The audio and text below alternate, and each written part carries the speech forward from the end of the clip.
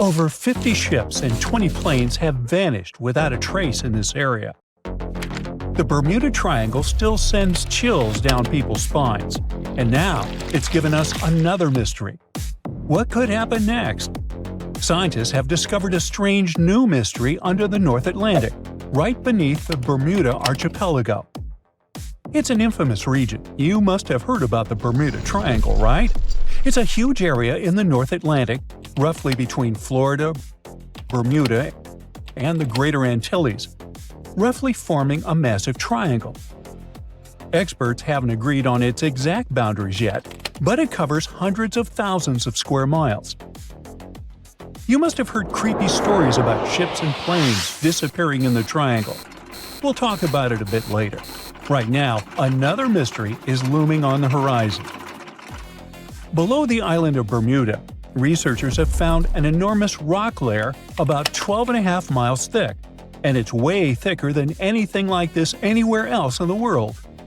Now, normally the ocean floor has a crust at the bottom, and below that is the mantle. But under Bermuda, there's an extra layer right beneath the crust, inside the tectonic plate the island sits on. It's a totally unexpected structure, and scientists aren't sure how it could form. This discovery might explain a long-standing mystery about Bermuda itself. The island is located on an oceanic swell. That's a part of the ocean floor that's higher than its surroundings.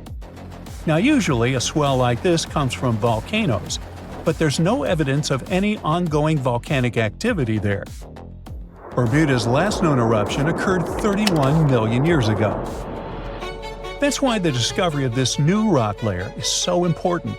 It may be the clue to a baffling mystery. Researchers think the last eruption might have pushed mantle rock up into the crust. This rock then froze in place, forming a kind of raft that lifted the ocean floor by about 1,600 feet. And this giant frozen structure may be what keeps the Bermuda Archipelago on an oceanic swell, high above the surrounding ocean floor. You see, some island chains form because of hot spots deep under the earth. Hot rock rises from the mantle, melts, and creates volcanoes. When this happens, the ocean floor gets pushed up. But after that, as tectonic plates shift, islands slowly drift away from the hot mantle plume that created them. They cool down, sink under their own weight, and leave a trail of old volcanoes behind. Over millions of years, many of these once tall islands sink below the ocean. Some become underwater mountains. Those are called seamounts. And if erosion flattens their tops near the surface, they're called guyas. A perfect example is the Hawaiian Emperor chain. Hawaii's Big Island is still active and above water, but as you go northwest, the islands get older, smaller, and eventually sink below the ocean. Bermuda is different. Its swell hasn't gone down, even though it hasn't had a volcanic eruption in millions of years. To figure out this mystery, scientists used a seismic station on Bermuda. They looked at how waves from big earthquakes around the world traveled under the island at a depth of about 31 miles. They noted where the waves changed speed, and it helped them find a huge thick layer of rock under Bermuda. Interestingly, this rock is less dense than the surrounding material, acting like a raft, keeping the ocean floor lifted and explaining the island's swell. Research shows that the lava from Bermuda is low in silica, which means it came from a rock that is high in carbon. And the analysis of zinc in rock samples suggests that this carbon came from deep in the mantle.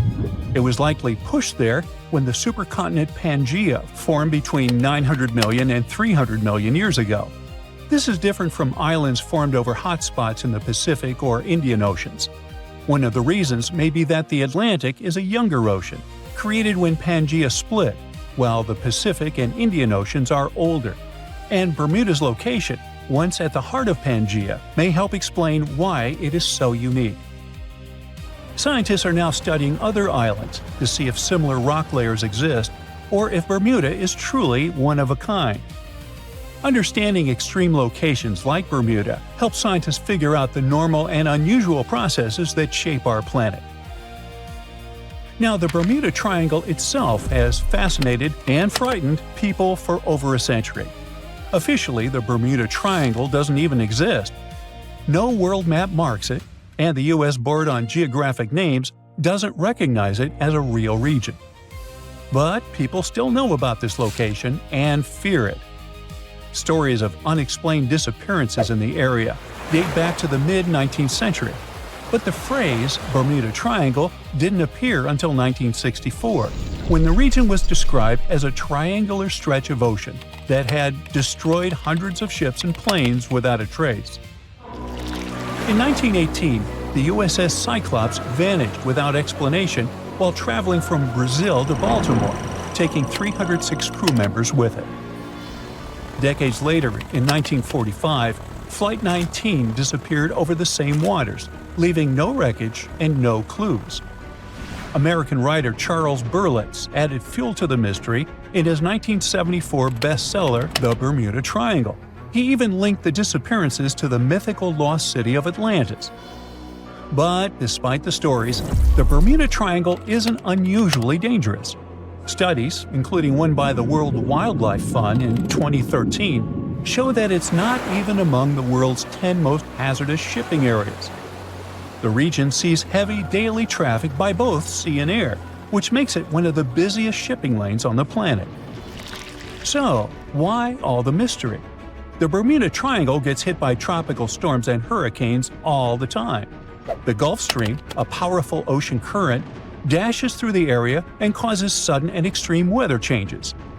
Compass readings can get tricky here too. The agonic line, where true north and magnetic north align, sometimes passes through the triangle. And below it all lies the Atlantic's deepest point, the Milwaukee Depth. It plunges 27,500 feet into the Puerto Rico Trench. These factors combined can lead to accidents that will make anyone believe there's something mysterious going on in the region. No wonder people have always been wondering about what's going on there. A few theories emerged. Let's take a look at the most plausible ones. So one thing to consider is rogue waves. These are super big, sudden waves that pop up out of nowhere. They're at least twice as tall as the waves around them, like walls of water. They're really dangerous for ships and anything in the ocean. Add all those severe storms and powerful currents in the triangle, and you'll understand that a ship could get smashed in seconds in such conditions. Some scientists talk about methane bubbles coming up from the ocean floor. According to them, if enough of that gas hits the water at once, it actually makes the water less dense, and this can actually cause a ship to sink. Sure, this phenomenon doesn't happen all the time, but it's enough to make people nervous. Then there's the magnetic stuff. Back in the day, compasses would freak out in the Bermuda Triangle because true north and magnetic north sometimes line up here. So sailors get totally lost. GPS fixes that these days, but in the past, it caused serious headaches and led to rumors and urban legends. Plus, as we already know, the weather is severe in that area. Hurricanes, tropical storms, and the Gulf Stream can turn calm waters into a total nightmare in no time. But a lot of it is just human error, too. The Triangle is one of the busiest shipping routes on the planet. Pilots and captains can mess up, especially in bad weather or at night. Flight 19 is a classic example. Once we mix heavy traffic with all those natural hazards, accidents are just going to happen. So even though the Bermuda Triangle is kind of scary, mostly it's just nature doing its thing. And we just need to deal with it. We still have a lot to explore and discover in that region, and we need to learn to navigate that area. The Bermuda Triangle is one of the most heavily traveled shipping routes in the world. Some skeptics believe that this fact solves the Bermuda Triangle mystery. Statistically, the busier the area, the higher the frequency of accidents and disappearances.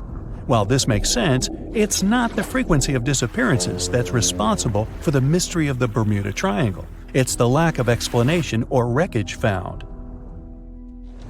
On his very first voyage to the New World in 1492, Christopher Columbus sailed through the Bermuda Triangle. Columbus reported that one night, when he was on the deck of the ship, He noticed a giant light appear in the distance, unlike anything he'd ever seen before. Columbus looked at his compass for direction, and it gave off erratic readings. You might have noticed that the Bermuda Triangle doesn't appear on any world map. This is because official institutions refuse to acknowledge that the area actually exists. No one exactly knows how many ships and planes have disappeared in the Bermuda Triangle. The rough estimate is 50 ships and 20 planes. Most of the time, the disappearances had no explanation and no wreckage has ever been left behind. When the TBF Avenger planes went missing, a massive search operation was conducted. Boats and planes searched the Bermuda Triangle for any signs of the aircraft. One of the boats searching was a PBM-5 Mariner airboat. The airboat took flight at 7:27 p.m. and called in a routine radio message 3 minutes later. Then, it was never heard from again. No trace was ever found of the rescue airboat or the 5 Avenger aircraft. A huge investigation was launched into the disappearance of all these vehicles, but nothing was ever discovered. The Bermuda Triangle is home to some pretty intense and unexpected weather. Storms build up quickly and unexpectedly, then disappear soon after. If you blink, you might miss it. This could explain why few distress signals are issued. Pilots and sailors never saw the weather coming. A popular theory suggests that rogue waves are responsible for the many disappearances. Rogue waves are called extreme storm waves by scientists. They occur when different weather patterns take place at the same time and cause large unexpected waves that reach up to 100 feet tall. Witnesses say that the waves look like giant walls of water. These waves could explain why ships go down fast and without leaving any trace. Just off the coast of Japan, you'll find the Bermuda Triangle of the Pacific Ocean. They call it the Devil's Triangle. Between 1950 and 1954, 9 ships disappeared in this area without leaving a trace. The ship Maroon 5 was sent to investigate these unexplained disappearances when it also vanished. After this incident, the Japanese authorities labeled the area as a danger zone, and sailors were encouraged to avoid it. Some people blame all disasters on the extraterrestrial paranormal activity. Others suppose it's all about raging natural phenomena. Some scientists believe the cause of anomalies is the environmental changes. Also, there's a really high concentration of methane hydrates on the bottom of the ocean in the Pacific Bermuda area. This gas tends to set off, and when it happens, bubbles start forming on the surface of the water. These gas eruptions can interrupt the ability to float and can easily sink a ship. Because of this chemical reaction, there won't be even a trace left. Underwater volcanoes are said to be another possible explanation for the Japanese Dragon's Triangle. In fact, they can take down even small islands. Luckily, nobody lives there. It's a pretty common thing in this area that some of them disappear underwater and others appear out of the blue because of seismic activity. You'll never find the Dragon's Triangle on any official map of the world, so nobody's quite sure about how large it is in reality. In July 2015, 2 teenagers disappeared after setting sail off the coast of Florida. There's some mystery about what the 2 teens were really getting up to. They told their parents that they were just going to fish, but they told their friends that they were crossing to the Bahamas. Shortly after they left, a line of thunderstorms moved towards the area, and the boys were never heard from again. A massive search was conducted, but sadly, nothing was found. 1 year later, the pair's boat was found off the coast of Bermuda with a broken iPhone and some personal effects left inside. One of the most popular and bizarre theories trying to solve the Bermuda Triangle mystery comes from Charles Berlitz. He insists that the area is home to the lost city of Atlantis. The missing ships and planes and malfunctioning equipment, according to him, were all caused by rays of energy let out by the special energy crystals that power Atlantis. While this sounds silly, Berlitz's theory was convincing enough that over 20 million people bought his book worldwide. Previously, the compass wouldn't work well in the Bermuda Triangle since the lines of the 2 poles coincided here, true north and magnetic north. But if you fall into this line, your compass will behave strangely. But the magnetic north is constantly shifting, and now it's far beyond the triangle. No legend says pirates of the last centuries operate in the Bermuda Triangle, or that the Flying Dutchman makes other ships disappear. A popular theory is that ships travel to the distant past or future through a time portal in the Bermuda Triangle. Fortunately, these are all myths. Just imagine hundreds of giant tentacles reaching out to a group of ships sailing through the Bermuda Triangle. In the past centuries, they could easily sink an entire fleet, since the ships were made of wood and were lighter. Squids wrapped decks with their strong tentacles, made holes in the ship's hulls with their sharp beaks. Toothy suction cups could break the masts and tear the sails. The water was filling the holds and slowly rising to the deck. The ship sank in a matter of minutes. Survivors reached the shore and told everyone about huge monsters. This is how the legends of the Kraken appeared. Fortunately, now people have sonars and equipment for monitoring the sea space. They say the main reason why this place is so enigmatic must be the magnetic fields that form this ominous triangle. Ocean floor is made of rocks containing a lot of magnetite. It's more like iron. Magnetic fields react to the high concentration of magnetite on the ocean floor, which may start a sort of conflict between the two. It can often lead to various weather anomalies and, as a result, navigation issues. And naturally, any changes in the ocean floor or the Earth's magnetic fields influence the Bermuda Triangle a lot. Magnetic fields tend to shift their position, so do tectonic plates and even the continents, even though we never notice it. The skies are usually very clear there, but back in 1883, some people witnessed abnormal things in the area. Some claim to have seen large blocks of ice falling from the skies, and the crew even managed to save one as hard proof. Seems like the Bermuda Triangle has an alternate not only on Earth, but even in space. Spacecraft usually don't disappear into thin air, though, like there's no air. This anomalous area is really large and stretches right above the South Atlantic. It occupies the area from Chile to Zimbabwe and sits right at the point where Van Allen radiation belts are the closest to the surface of our planet. The Earth has two such belts, which come in handy trapping the particles that shoot in from the Sun. They do a great job protecting the Earth from radiation. The magnetic field there is lower, so it allows the Earth's radiation belt to come closer to the surface. Whenever a satellite passes by, it will be exposed to radiation, which might lead to serious damage. So, no satellite can take pictures of it. The South Atlantic Anomaly is part of the Earth where natural radiation just flows out of control.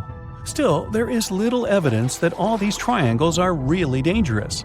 Many believe the Bermuda Triangle itself has been proven time and again to be nothing but a work of fiction. In fact, some shipwrecks, such as the Ellen Austin, gained popularity in the middle of the 20th century, while nobody even thought of drawing a triangle in the Bermuda area before that. The mystery was popularized by science fiction writers and became a common myth, while no serious research proved it any more dangerous than other parts of the world's ocean. So, the crew of the Ellen Austin back in 1881 weren't even aware of the Bermuda Triangle back then, let alone afraid of it. What do you think?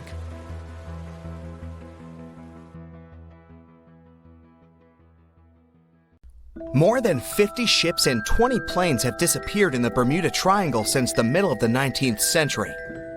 This region isn't put on any paper map and is not an official region of the Atlantic. This massive water area is located not far from the southeastern coast of the US and still scares many sailors. But you aren't afraid and want to prove that there is nothing special in this place.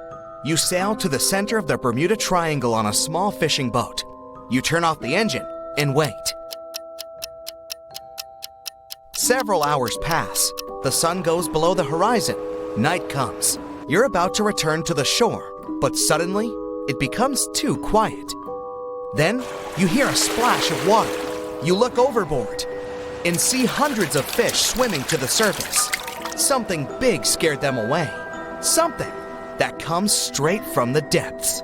The next second, you notice big sparkling eyes and long tentacles reaching for the boat.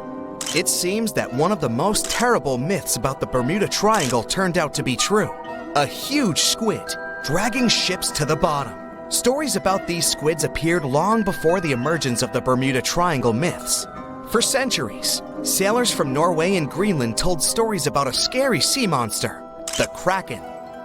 In those stories, the Kraken broke the decks of ships with its giant tentacles and dragged them to the bottom.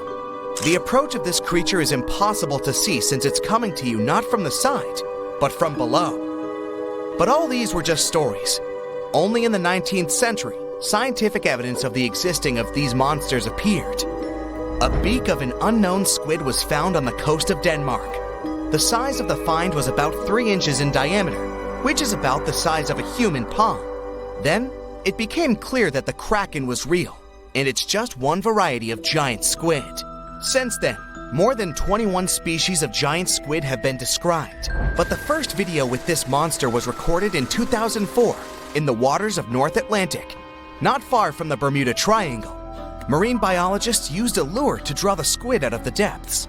The huge monster was about 30 feet long, which is about half a subway car. It suddenly appeared out of the ocean darkness and quickly attacked the lure, squeezing it with its tentacles. After that, many cases of squid have been recorded on photos and video. Huge squids were washed up on the shore, swam past ships. According to some records, the largest monster ever found was 59 feet long and weighed almost a ton. This is the size of a big bus. Some scientists believe that giant squids can reach 150 feet in length, which is almost twice the size of a basketball court. But the big size is not enough to sink a ship. The first thing that helps squids do this is the surprise effect. Squids come from the depths, which mean they can be seen from the deck, but the monster can see a boat from afar. It has the biggest eyes in the world. One eye is about the size of a basketball. The eyesight of a giant squid allows them to see prey in the Black Sea depths and from a big distance. Most sea creatures on the planet can't see in such conditions. So, the squid notices your ship and decides that it's food. It quickly approaches the boat and attacks with its tentacles. The squid has 8 limbs and 2 extra longer tentacles the monster uses to bring food to the beak-shaped mouth. The others are covered with dozens of suction cups filled with sharp teeth. Nothing can escape if the squid grabs it. The squid wraps its tentacles around your boat. With the teeth on each arm, it bites the deck. 2 long tentacles can grab you while you're running around in panic. The squid can rock the ship from side to side until one of its parts sinks in the water. You fight off 2 long tentacles and fall off your feet. The squid's 8 arms are squeezing stronger. You can hear the boat's hull cracking. The squid is big, but still can't sink a large metal object. Possibly, it couldn't have sunk huge ships that disappeared in the Bermuda Triangle. You see how the squid swims away into the depths. You're lucky this time, but you definitely wouldn't handle 2 such monsters. The existence of giant squids was proven more than 150 years ago, but people still don't know anything about them.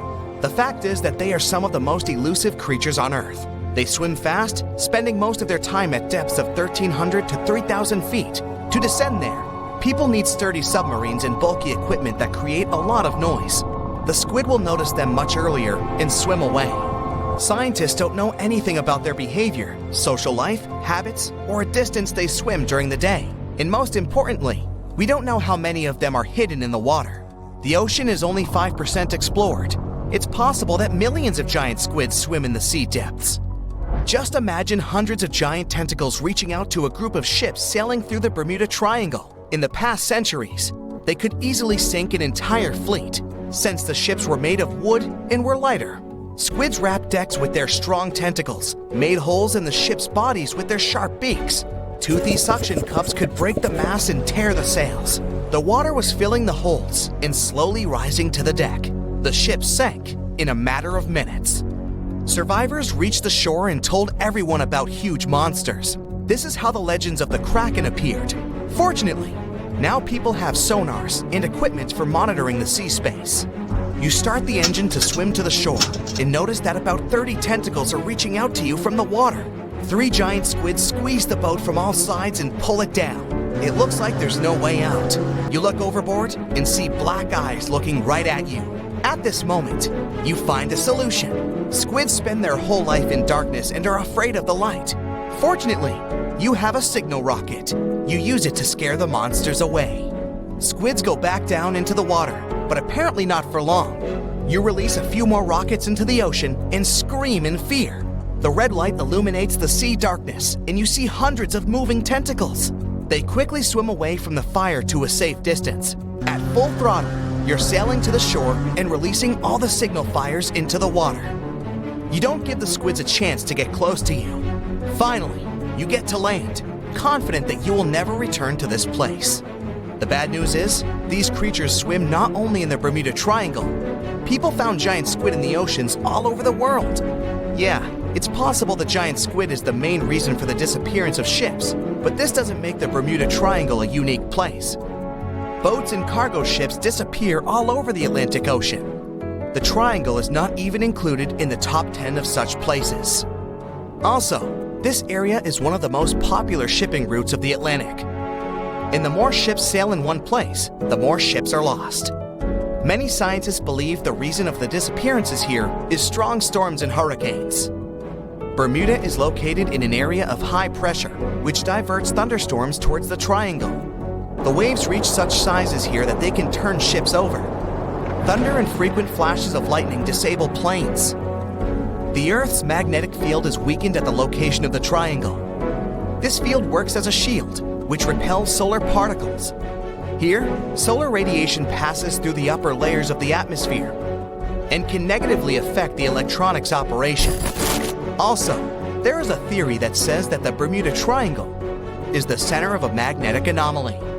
But scientists made many checks of the magnetic map of this region and haven't found any oddities. More than 50 ships and 20 planes have disappeared here since the middle of the 19th century.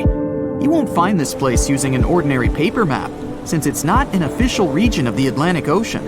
It's just a small area of water in the shape of a triangle, located not far from the southeastern coast of the US.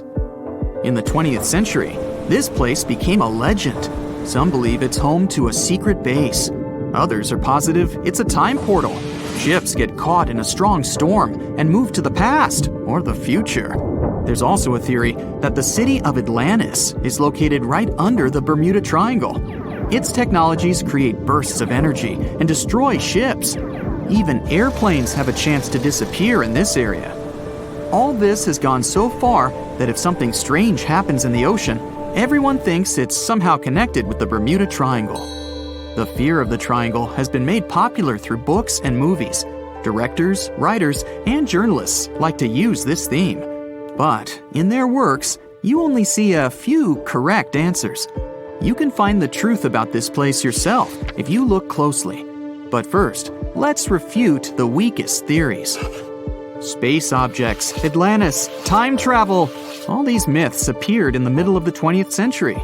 There weren't any records about mysterious phenomena before this time. People just noted that a lot of ships were sinking here. But then, one author wrote a book about Atlantis lying in the waters of the Triangle. The author didn't provide any evidence, but he described this hypothesis very convincingly. People read it and liked it. The human psyche likes to read something secret. When you learn something that no one knows about, it makes you feel special. And of course, you begin to believe in this secret. So, this was one reason why the Bermuda Triangle book has become so popular. It brought the author a lot of money, and other people also wanted to enrich themselves the same way. Some other fantastic theories about time travel and secret bases have appeared since then. After that, people started making documentaries. All those works devoted to the mystical nature of the triangle were based not on real facts, but on theories from other books. It's impossible to find the truth in this chaos. Some people like to learn secrets, even if they're fake. But you can always find the truth if you really want. Just take any myth and try to find sources proving its reality. Most likely, you'll find nothing but non-scientific books and movies. There are also more realistic things about the triangle, but they are no less interesting. One hypothesis says that ships disappeared there because of methane. Deposits of this gas are under the seabed of this region. Sometimes it releases from there and rises to the surface. As soon as methane comes into contact with water, it takes the form of giant bubbles. Then these bubbles foam the water and create large waves that flip the ships. This theory is quite real, and such a natural phenomenon exists, but not in the Bermuda Triangle. None of the numerous studies have confirmed the presence of an increased concentration of this gas here. The last methane eruption occurred here about 15,000 years ago. Another realistic theory is rogue waves. They form without storms and winds. The calm water's surface can transform into a big wave, the height of a 5-story building, in 3 seconds. It sinks a ship and then quickly disappears. The sea is calm again, as if there were no waves at all. Some scientists believe a surface sea current colliding with a strong headwind creates this phenomenon. But some recorded cases involved no wind. Another version says the wave is born thanks to the collision of warm and cold currents. But the most exciting theory talks about kinetic vampirism that forms the waves. Under certain natural conditions, waves get the ability to exchange kinetic energy. And among all the waves, there will be the biggest, the vampire one. It absorbs the energy from all the others. When the power is accumulated, the vampire wave splashes it out. This explains the force of the impact and its sudden disappearance. All theories seem logical, but scientists still can't figure out the nature of this phenomenon. Yes, rogue waves can carry ships underwater, but not only in the Bermuda Triangle. They rarely appear in all the waters of the world's oceans. So let's move on to the next theory. Some of those who sailed through this place reported their navigation devices had become unstable. The compass and electronics broke down. The signal and radio communications were lost. We need to look at the triangle from space to find out the reason. If you use special sensors and devices, you'll see that the Earth's magnetic field is weakened above the Bermuda Triangle. This field is a shield that protects us from solar radiation. The ISS astronauts said that the triangle gets more of the sun's particles than any other part of the planet. Therefore, electronics are unstable in this area. But such failures don't occur with satellites and other space objects flying within our planet's atmosphere.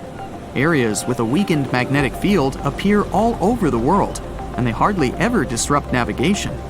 This means that ships and planes work stably in such conditions. But all the same, a compass doesn't work correctly in the triangle area. Could it be that some magnetic anomaly affects the navigation systems? This theory was quickly refuted. Scientists regularly check the magnetic map of this region and don't find any deviations from the norm. The reason for the unstable functioning of a compass is not an anomaly. The Bermuda Triangle is one of the few places on the planet where the true north and magnetic poles coincide. True north is the geographical North Pole. The magnetic pole is constantly moving around the globe directly to the north. Sometimes these poles collide and cause such a phenomenon as agonic lines. If you fall under this line, your compass will behave strangely and won't point you to the true north. That's why so many ships disappeared in this place at the beginning of the 20th century. People used an ordinary compass. They didn't have modern navigation technologies, and the misfunctioning of the compass could have led to disastrous consequences. Imagine that you're a ship's captain in, let's say, 1901. Your compass is guiding your way. You know you always need to sail north to get to land. Then you get into the Bermuda Triangle. You look at the compass and notice the arrow position has slightly changed. Now you need to move in another direction. This direction is the wrong one, but you don't know about it yet. You take the wrong path and end up in the Caribbean region. This area is full of tiny islands, and the seabed is not deep here. Your ship gets on a shoal. You're stuck and have no idea where you are.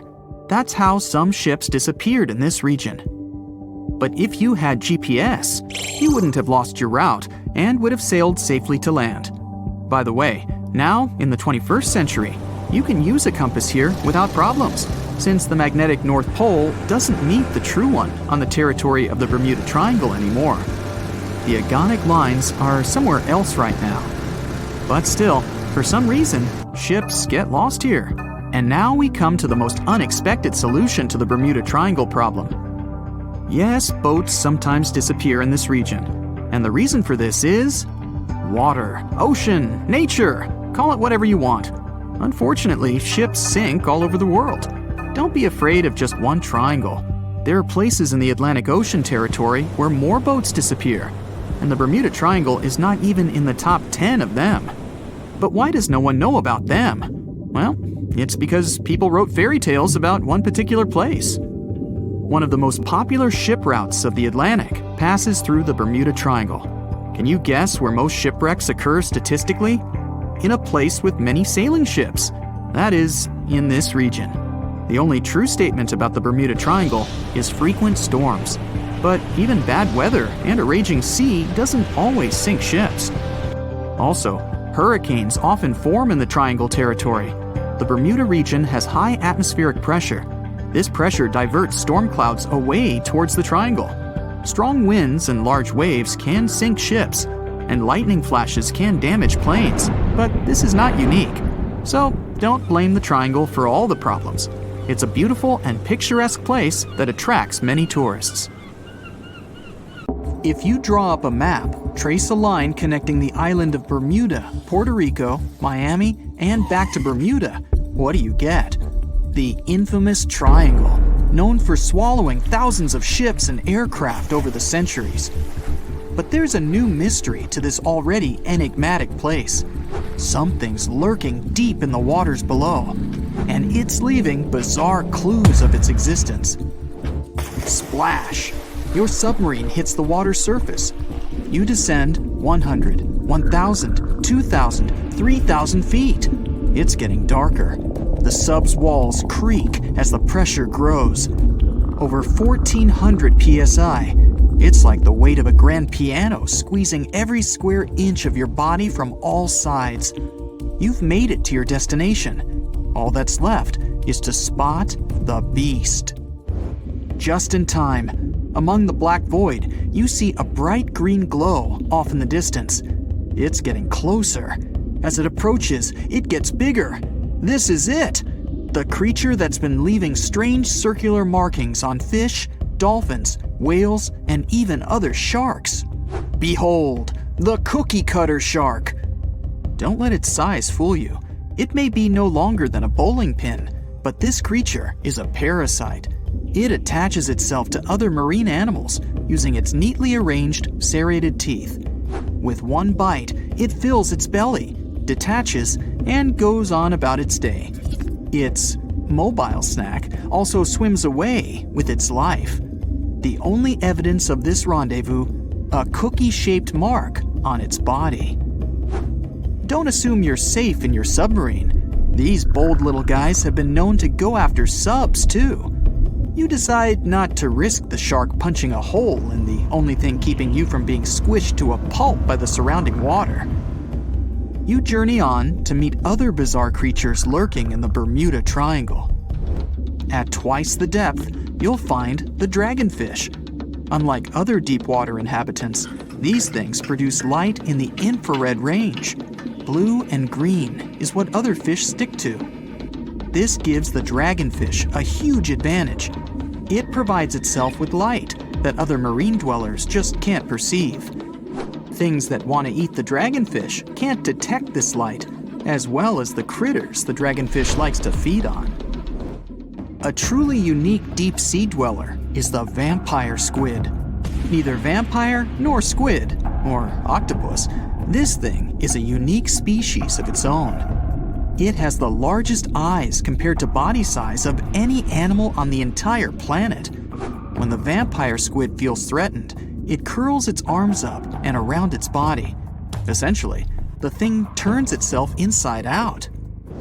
Another animal to avoid down here is the terrifying bobbit worm. It buries itself in the sea floor, leaving a small part of its body out. It waits for dinner time with its pincer-like mouth parts open. What's on the menu? Other worms and fish that can be 7 times bigger than the bobbit. It uses its 5 antennas to sense when lunch is close enough to snap. In an instant, the worm launches forward and grabs its lunch with its mouth parts. It's not done yet. Once it's got its jaws locked onto its lunch, the worm injects it with venom and pulls it down into the burrow to feast. One of the deepest trenches in the Bermuda Triangle is the tongue of the ocean. This is also the secret breeding grounds of tiger sharks. You'll instantly recognize them thanks to those darker gray tiger stripes on their sides. They're the second largest predatory shark species after the great white. And with a big size comes a big appetite. Marine mammals, smaller sharks, stingrays, and green turtles are all on the menu. If you ever come face to face with a tiger shark, hopefully not, remember this: you can tell the fish's age by looking at its stripes. They fade over time, so the younger the shark, the more pronounced its stripes. There's plenty of zooplankton in the Bermuda Triangle. These are, usually, small organisms that are essential to the ocean's food chain. But get this, if nothing ate them and they were left to grow out of control, zooplankton would cover the entire world in layers and layers in just 4 months. Oh, and the largest type of zooplankton is the jellyfish. Jellyfish were around long before dinosaurs. You probably know your body is 60% water. A jellyfish is 95%. So if it gets washed onto the shore, after a few hours, most of its body just evaporates into the air. There's also a jellyfish that lives forever. The immortal jellyfish can revert itself back to its polyp stage and then grow again. Sounds like something from another planet, but it's no space jelly. Those do exist, by the way. Back in the 1990s, NASA raised jellyfish in space to see what zero gravity does to them. They were just fine living up there in the cosmos. When they came back down to Earth, though, they had trouble adjusting. The European eel hasn't been to space, but it is quite a globetrotter. It travels all the way from Europe to the Sargasso Sea, where the Bermuda Triangle is located. In the larval stage, it just drifts around the ocean for as long as 3 years sometimes. It's also the chameleon of the sea. Over the years, the European eel changes color, going from translucent to yellow to metallic silver. They're nocturnal and secretive, pretty much the ideal companion to have when you raid the fridge at midnight. A giant squid over half the length of a football field once washed up on a Florida beach. Researchers suspected this behemoth came from the Atlantic Ocean near the Bermuda Triangle. Giant squids are the longest invertebrates, meaning they have no backbone. They also have the biggest eyes on Earth, ever. They're as large as a soccer ball. Another creature found near the Bermuda Triangle is Sterer's cave shrimp. They were so good at keeping to themselves that no one knew these creatures even existed until 2011. Some female cave shrimps carry an impressive number of eggs along with them. Scientists discovered one female had around 2,000 eggs attached to her body. The Bermuda petrel is the national bird of, yes, you guessed it, Bermuda. It's the second rarest seabird on the planet.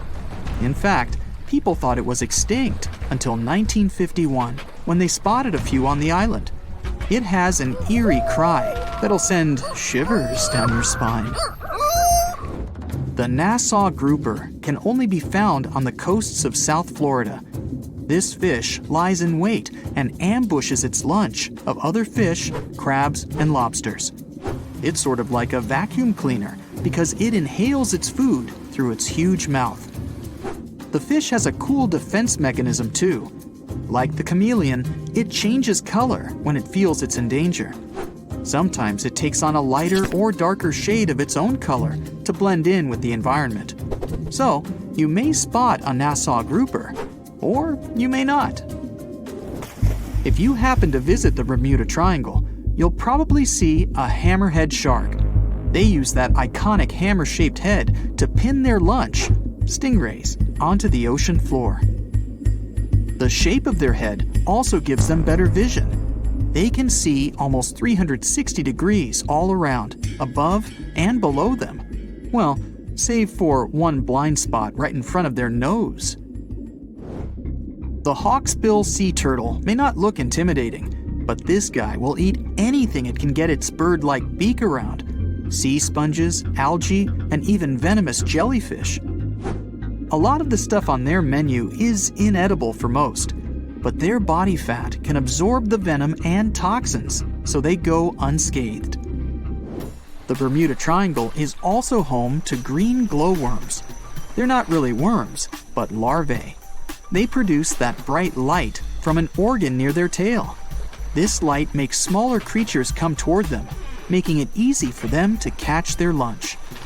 Most of the time, they look pretty ordinary, but they have an oddly fixed schedule. Every third night after the full moon during the summer, at an exact time, the glowworm lights up. But back to more nightmarish creatures of the Bermuda Triangle. There's the goblin shark, known as a living fossil because it's the only one left of its animal family. It's only about the length of your forearm and looks like nothing special. But watch closely as its lunch gets too close. Boom! The shark's jaw shoots out of its mouth and grabs onto the unlucky creature. Once the teeth have locked in, the jaw goes right back in the shark's mouth. And yes, you share the planet with this thing. So, a mysterious discovery was made deep in the Red Sea, the so-called death pools. Woo, that's scary. In 2020, researchers embarked on a dive into the Red Sea. The mission spot was in the Gulf of Aqaba, between Saudi Arabia and Egypt. Near the end of their expedition, as they ventured deeper into the darkening waters, they noticed some strange seaweed floating above the seafloor. They decided to use a remotely operated vehicle and investigate it. Suddenly, they discovered these strange, motionless lakes of water within the sea. These are called brine pools. They're basically pockets of salty water deep on the ocean floor. And when I say salty, I mean it. Sometimes they're up to 8 times saltier than the ocean water itself. Mysteriously, they don't mix well with the surroundings.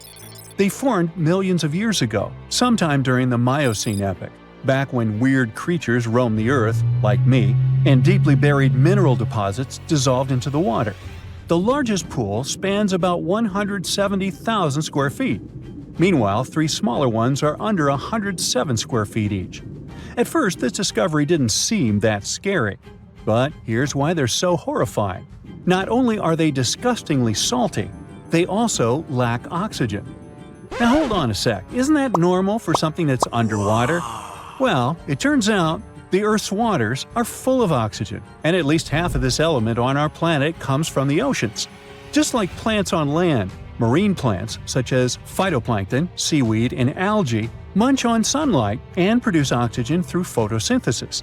They release lots of it into the surroundings. Marine life then eats half of it, so only about a quarter of the oxygen that we breathe actually comes from the oceans.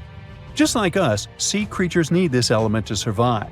Without it, they can't breathe and support their metabolism to live. That's why these pools are super dangerous for most of them. It's like a puddle of thick syrup for bugs. When they get in, the poor things immediately suffocate and pass away. Which is why the pools are surrounded by a graveyard of marine animals. But let's see how these things can exist in the first place. Have you ever tried making ice cubes from salty water? Spoiler, it's pretty hard. When you add salt, the water gets harder than usual to freeze, a phenomenon that has a funny name, freezing point depression. Oh, that's because salt interferes with the hydrogen bonds between water molecules. As it finally freezes, stuff like particles, dirt, or dissolved salts get pushed out to the sides. As a result, the salt's kind of squeezed out of the ice crystals and gets trapped near the edges in small bubbles or pockets. Something similar happens in the ocean when seawater starts freezing under super cold polar caps. The salt doesn't freeze with the water. Instead, it gets pushed out, forming a super salty cold liquid, the brine. And then it sinks down to the ocean floor. On a large scale, all this process also helps currents to form. Despite being so dangerous, the pools are still full of microbial life, because microbes couldn't care less, they'll survive anywhere. There are literally thick mats of them in the brines. There are also some salt-loving creatures, like shrimps and eels, hovering around the pool's edges. They're being super creepy, waiting to catch unsuspecting prey that ventures too close to the toxic death pool. Ew. Well, it sounds icky, I know. But this discovery gives us some fascinating insights into how life might have originated on Earth. We already know from the evolution theory that we came from the ocean, but now scientists think that life might have begun in the deep sea in some super dark, oxygen-free places. These brine pools are like time capsules. They're one of the closest things we've found to the early Earth. They can tell us the planet's history of earthquakes, floods, tsunamis, and more. For example, they have some traces of rainfall that happened over 1,000 years ago. And they can also help us search for life on other water-rich planets. For example, Mars most likely used to have huge oceans on it. Now, NASA scientists want to send a special instrument called HABIT for a special red planet mission to study things similar to our brine pools. This will tell us more about how life appears and survives in the universe. There is lots of unexplored fascinating stuff like this in the Red Sea. That's why scientists conducted the so-called Decade Expedition and spent around 5 months exploring the place. This expedition was launched by the National Center for Wildlife. They made so many remarkable discoveries that now we've got 77 new research papers. For example, they found over 10 blue holes, incredible underwater sinkholes that host unique ecosystems. They also learned that dolphins can use those blue holes to protect their young from predators. Scientists also found traces of great white sharks, a creepy community of deep-sea lanternfish living in low oxygen conditions, and even a new coral species. It's the most resilient deep-sea corals that also vive just fine without oxygen, like microbes we mentioned. Speaking of which, research also showed us some new ancient thermal vents and large blobs of microbial formations near Farasand Island. Now, can you believe that with all that, we only explored 5% of the ocean? It's divided into several layers based on depth. Each layer becomes darker and more isolated from sunlight as we go deeper. The places that no sunlight can reach are terrifying. Now, the fun, cute layer with dolphins and turtles is called the epipelagic or sunlight zone. It's so tiny, but even this layer is about 650 feet deep. Then we have the mesopelagic or twilight zone. It's the layer of mysterious octopus, shark, and other loners, which extend to about 3,000 feet down. And then the horrors begin after this one. We encounter the bathypelagic or midnight zone. It extends to 13,000 feet below the surface, about a half of Everest above you. Here we have the famous poor blobfish, squids, and anglerfish. Below it is the abyssal zone. It extends to about 20,000 feet deep. Since there's not much sunlight or oxygen, as we mentioned, most creatures here are quite small, like tube worms and shrimp. The darkness continues until we arrive at the scariest place of the planet, the place full of trenches formed by tectonic plate movements, the Hadal Zone. It's named after Hades, the deity of the underworld in Greek mythology. Just like Hades' realm is dark, remote, and guarded, the Hadal Zone is the deepest and most depressing part of the ocean. It starts at depths of around 20,000 feet and can go down to 36,000 feet and more. The famous Mariana Trench also belongs to this zone. Only 3 people in history have ever explored these depths in person, making it one of the least explored and most mysterious places on our planet. However, despite crazy high pressure, near freezing temperatures, and complete darkness, there are still things who manage to survive here. Guys like amphipods, which are critters who feed on dead material sinking from above, and the Hadal snailfish, which lives as deep as 27,000 feet. So scientists used to assume that if there's no sunlight, there wouldn't be that much oxygen around. But one day, a research team decided to measure the levels of oxygen in one of those deep zones. Surprisingly, the levels were super high. They checked the equipment thinking that it was malfunctioning, but nope, all the sensors showed the same thing. Turns out the oxygen was somehow generated by rocks. These small potato-sized rocks on the seafloor are called polymetallic nodules. They're rich in metals like copper, nickel, and cobalt, and they're basically like small batteries. When you put a battery in salt water, it can produce bubbles of gas, a process called electrolysis. In the same way, these rocks create tiny electric currents, which are powerful enough to produce the same gases, splitting water molecules into hydrogen and oxygen. It's the first time we saw oxygen being produced by some non-living minerals. This is what scientists now call dark oxygen. It turned out that about half of large marine species, or megafauna, were living just on dark oxygen alone. All these discoveries are reshaping our understanding of where and how life could evolve. It means that we might be able to find life on other planets or satellites with low oxygen conditions, like Enceladus and Europa, the moons of Jupiter and Saturn, and they have large bodies of frozen water on them. Wow! You know how they say it's better to just hand over your wallet if you run into a mugger? Instead of surrendering their wallets, sea cucumbers choose to spit out some of their insides to fend off predators like crabs and fish. It's a natural defense mechanism for them, and they quickly grow those organs back in just a few days, thanks to special cells inside their bodies. It's not the only weird thing sea cucumbers do. They can actually breathe through their rear end. They have this thing called a respiratory tree that connects to their backside and sits right next to their intestines. So when they suck in water from their behind, it goes into that respiratory tree, letting them absorb oxygen directly into their fluids. Plus, sea cucumbers are the janitors of the ocean. They munch on whatever gets stuck in the sand on the ocean floor. Once they've eaten, they manage to clean out the sand, leaving it nice and tidy after they do their business. As for the clean sand, the stunning white sand beaches in Hawaii are actually a product of parrotfish number 2. These fish munch on algae from rocks and dead corals, and while they're chomping away, they also grind up the leftover bits of coral in their bellies.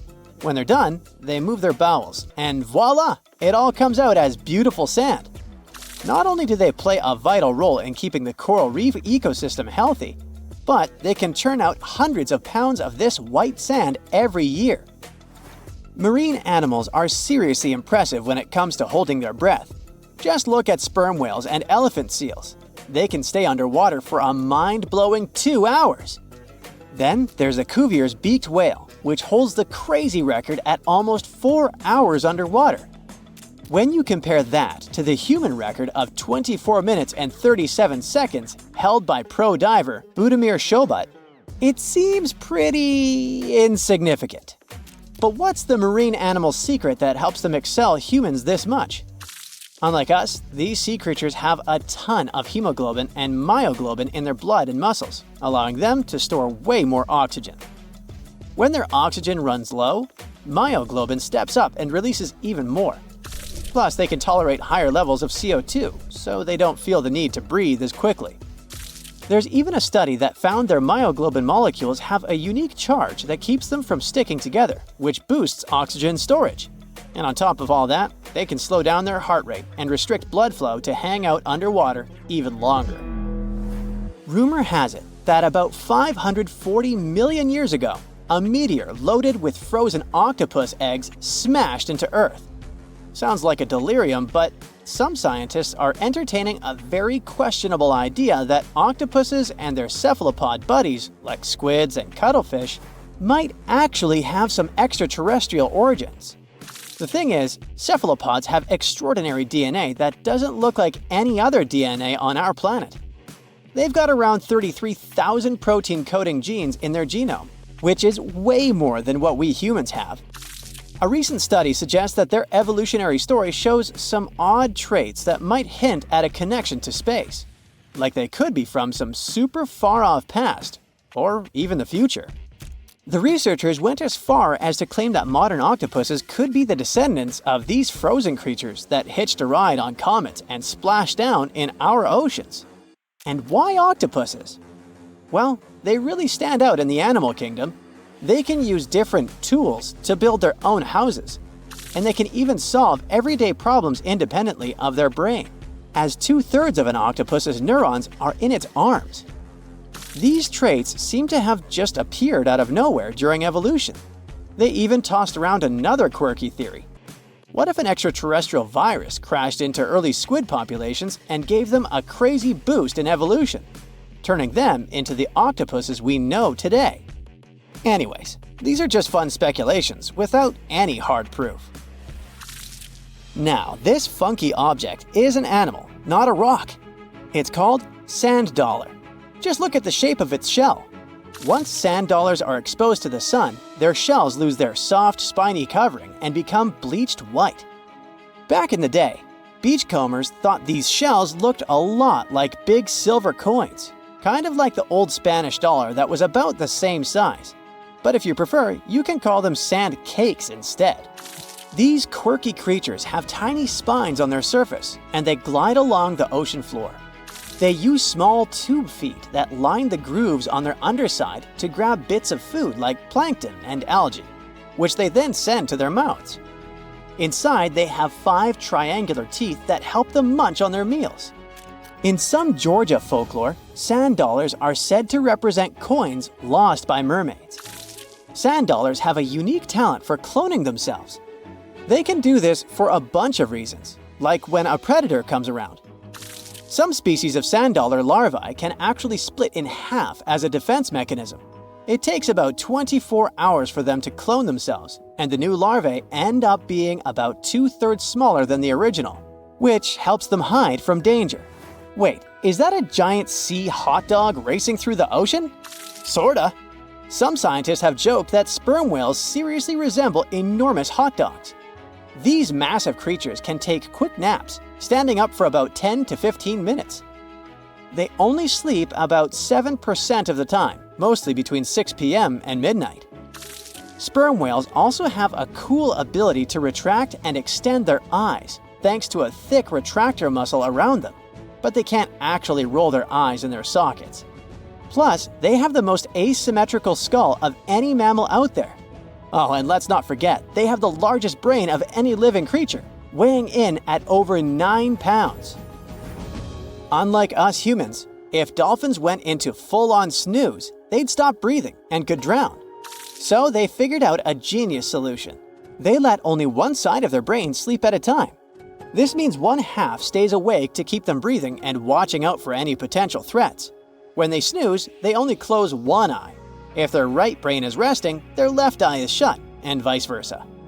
This unique sleep style is called unihemispheric sleep, and it lets them recharge without ever fully losing awareness.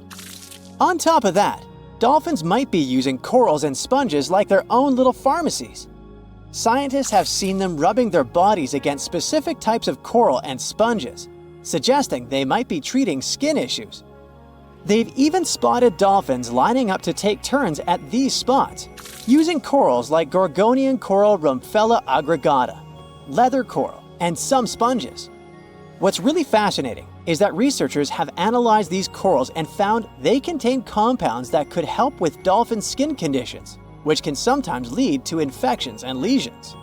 Now, the big question is figuring out exactly how each type of coral helps dolphins, and if it really boosts their health overall. Sea urchins aren't exactly the Usain Bolts of the ocean. They move slowly by crawling with their tube feet and occasionally give themselves a little push with their spines. These little guys have just 5 teeth, which they use like a beak to scrape algae off rocks, which I'm pretty sure is the ocean's version of an all-you-can-eat buffet. But since all that scraping wears their teeth down, they're in a never-ending dental replacement program. Scallops are the underwater equivalent of the world's most confused security cameras, sporting up to 200 tiny eyes on their shells. These eyes are high-tech. They can even adjust their pupils to light. Instead of working like ours, scallop eyes have a unique setup.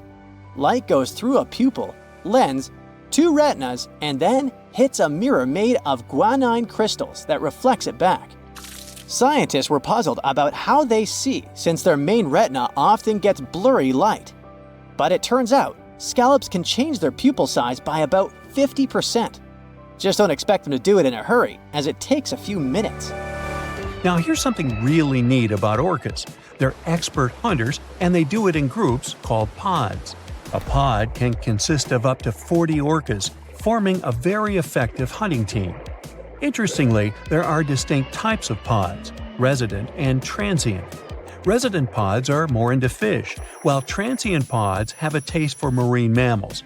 But no matter what type of pod they belong to, all orcas have one thing in common: they are master collaborators. They work together using smart hunting techniques that are often compared to the teamwork of wolf packs. Almost 95% of jellyfish's body is made of water. For comparison, the human body is 60% water. It's probably not a surprise since jellyfish don't have a heart, blood, eyes, or brain. The other 5% of their body weight is proteins, muscles, and nerve cells. Jellyfish have been around for more than 500 million years. This makes them older than dinosaurs.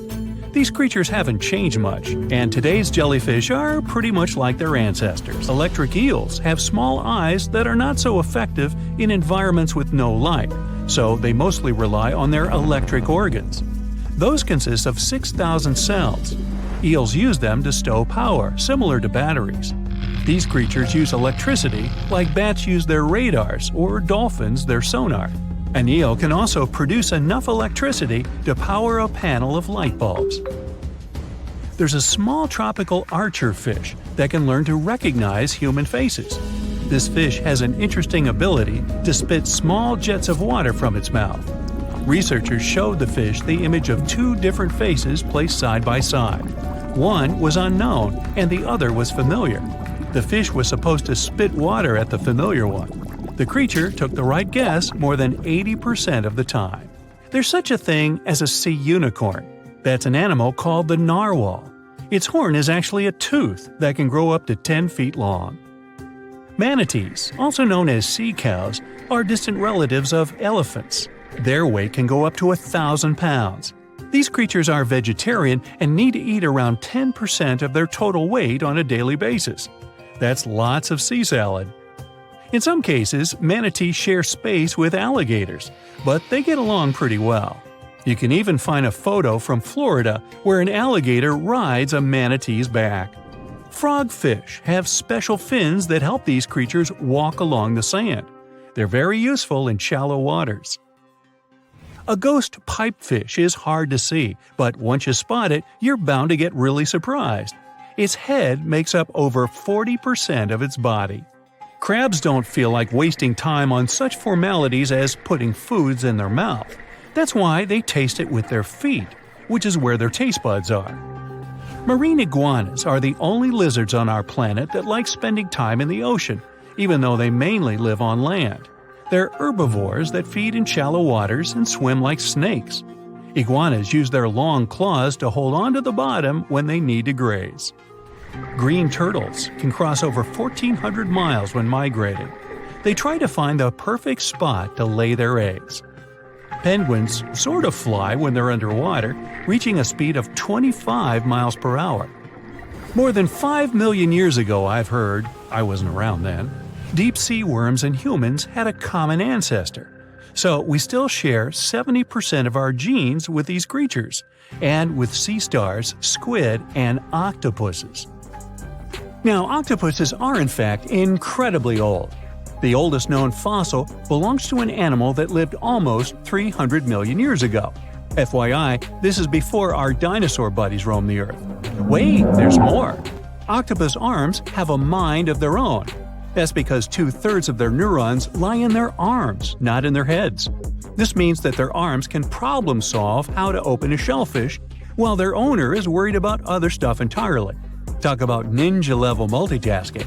Oh, and like other animals, such as chimpanzees and dolphins, octopuses have proven to be good at maneuvering tools, like picking up old shells and using them as a temporary home.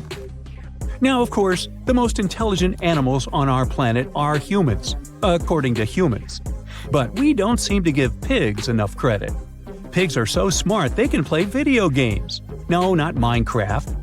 But in a recent academic study, scientists had 4 pigs play a joystick game. They had to manipulate the stick so that the moving ball would hit the wall and then they would get a treat. All 4 pigs did great in the test, which was surprising even to the scientists. Now, pigeons also aced an impressive test. They were trained to differentiate a Picasso painting from a Monet one, which they had no trouble learning. Then they were able to apply this knowledge, identifying works of art they had not previously seen, meaning they really understood the difference between each painter. Poor things are always seen as a nuisance. Now, if we placed kangaroos in an Animal's Most Amazing Ability contest, they'd win. It's mainly because they break the four-legged rule. A special species of kangaroo, the red kangaroo, uses its tail to help propel it forward. Now, visually, it has 4 limbs, but in practice, it uses 5. They're biologically built to use their tail as a 5th limb, since it's packed with articulated vertebrae and thick muscles. Of course, it had to be an Australian animal. Deep within the Sahara Desert, you'll find a little creature known as the fennec fox. This huge-eared animal adapted perfectly to survive in its hostile environment. The huge ears help them to dissipate the unbearable heat of the desert, as well as help them to hunt for underground prey. Now meet this guy. Unlike what its name might suggest, the red panda is closer to a raccoon than it is to a giant panda. You'll find a lot of these cat-sized creatures in the Himalayan region, hopping from tree to tree and bundled together trying to keep warm in the harsh weather. They're gentle and friendly like their big panda cousins, and occasionally enjoy eating some bamboo sticks. And then there are bees. Compared to humans, bees' brains are the size of pinheads, yet they are capable of astounding things. Let's say a bee is running low on energy after a long search flight. This bee desperately needs a drop of honey in order to continue flying, but smartly enough, she doesn't need to go back to the hive to recharge. She can ask a fellow beehive mate for a drop of honey directly from this other bee's stomach and continue flying. This type of decentralized system allows them to build highly effective societies, one that bees don't need to push the queues in front of the honey cells, for example. Every year in the winter, great white sharks that live along the California coastline disappear. It feels as if they take a vacation for 30 to 40 days. The animals go to a point halfway between Hawaii and Mexico. They might do it to get some food, relax, or hang out with their buddies from other areas. The spot is now called the Whale Shark Cafe. Some types of sharks, like makos, whale sharks, or white sharks, breathe in a very specific way. It requires them to swim all the time. They also need to move quickly and with their mouth open. This way, the oxygen can enter and reach their gills. Sea sponges are some of the most primitive animals. They're immobile, don't have a mouth, eyes, bones, brain, heart, lungs, or any other organ whatsoever. And still, they're alive. There's such a thing as a sea unicorn. That's an animal called the narwhal. Its horn is actually a tooth that can grow up to 10 feet long. Manatees, also known as sea cows, are distant relatives of elephants. Their weight can go up to 1,000 pounds. These creatures are vegetarian and need to eat around 10% of their total weight on a daily basis. That's lots of sea salad. In some cases, manatees share space with alligators, but they get along pretty well. You can even find a photo from Florida where an alligator rides a manatee's back.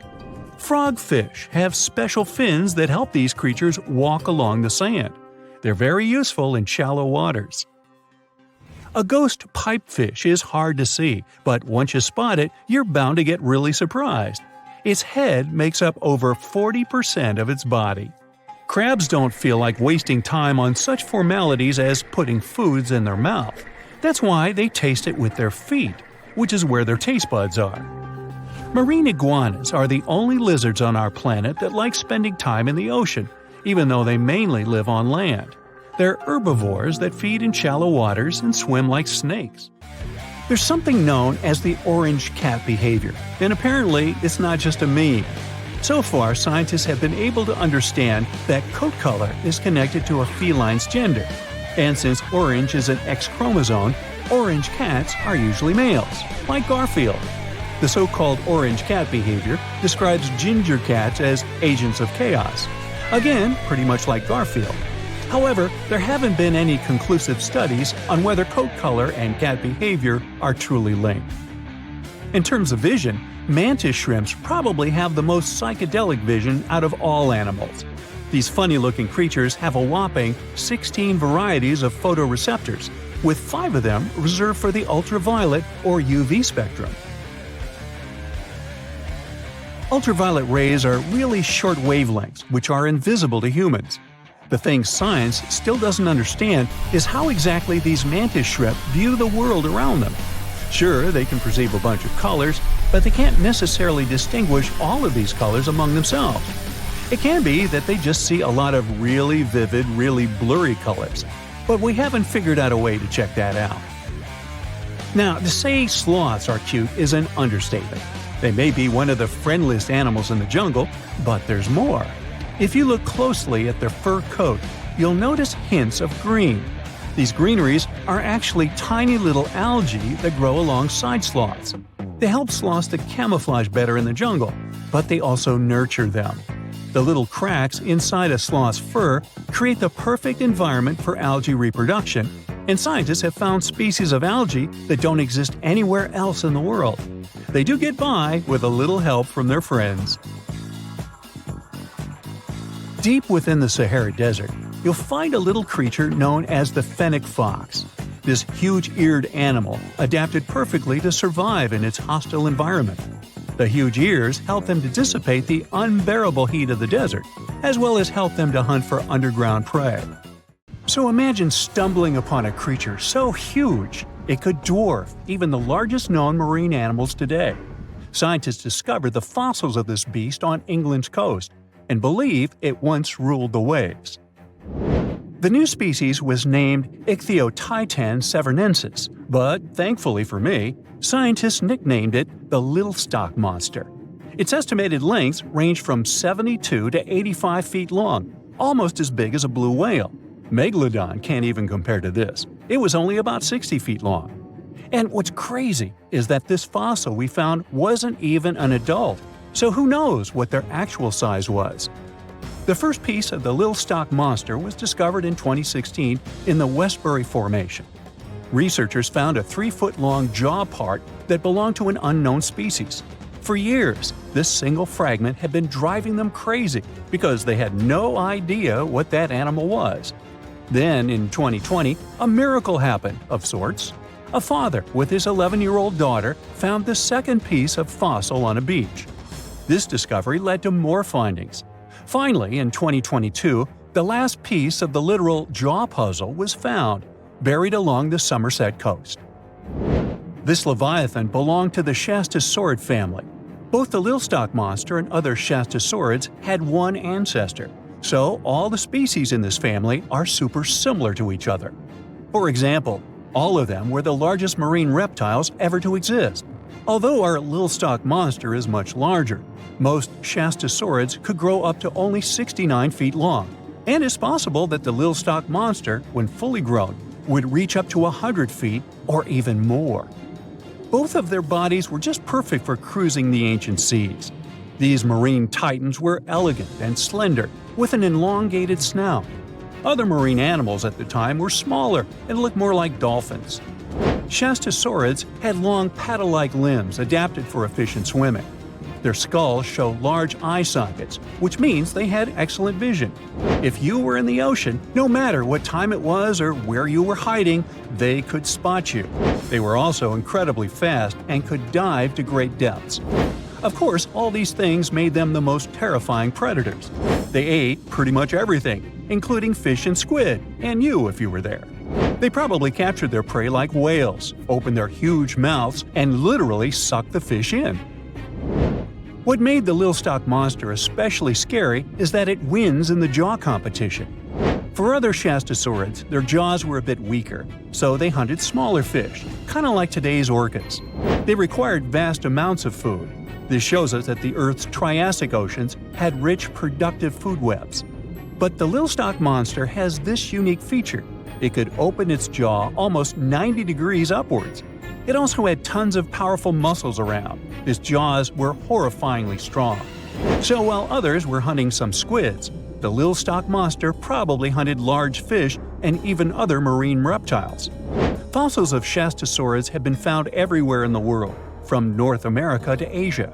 This means that these creatures dominated and terrorized the oceans for millions of years, although even they weren't completely safe from scavengers. And that's exactly why we struggle to find these fossils now.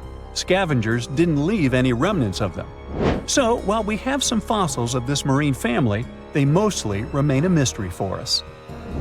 They lived in the oceans about 200 million years ago, in the late Triassic period. The Earth looked completely different back then. All continents were united in one Pangaea, a huge landmass. Some parts of this supercontinent were covered with lush conifer forests, while others were dry deserts and open prairies. It was before the famous Jurassic period, but there were already first pterosaurs and amphibians. It seems like those monsters were crazy resilient. The Triassic period was super unstable, but they survived through many changes in the environment. Well, until the last one. The Triassic extinction came out of nowhere. It was one of the Earth's big 5 extinction events. It wiped out almost all species on the planet, including these leviathans. It's still not clear what happened exactly, but it looks like there was a huge tectonic activity. Volcanoes in the oceans were going crazy back then. These massive volcanic eruptions have probably altered the climate and ocean chemistry, leading to the extinction of many species. Scientists have a theory that it might have happened because there was a rain of comets flying to our planet from the Oort cloud. This likely happens about every 200 million years or so. I wasn't around then, so I'm just guessing here. In any case, after the extinction, the Earth took some time to recover. Then it entered the famous Jurassic period. More terrifying sea monsters were on the way.